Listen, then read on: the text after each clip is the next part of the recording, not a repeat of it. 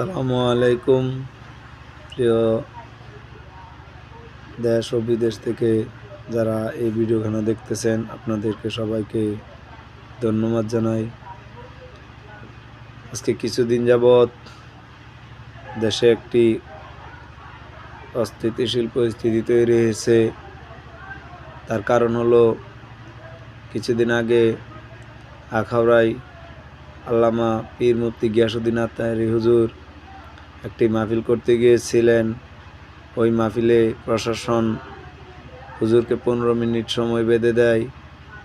প্রশাসনকে সম্মান জানিয়ে হুজুর 7-8 মিনিটের মধ্যে মাহফিলটি শেষ করে দেয়।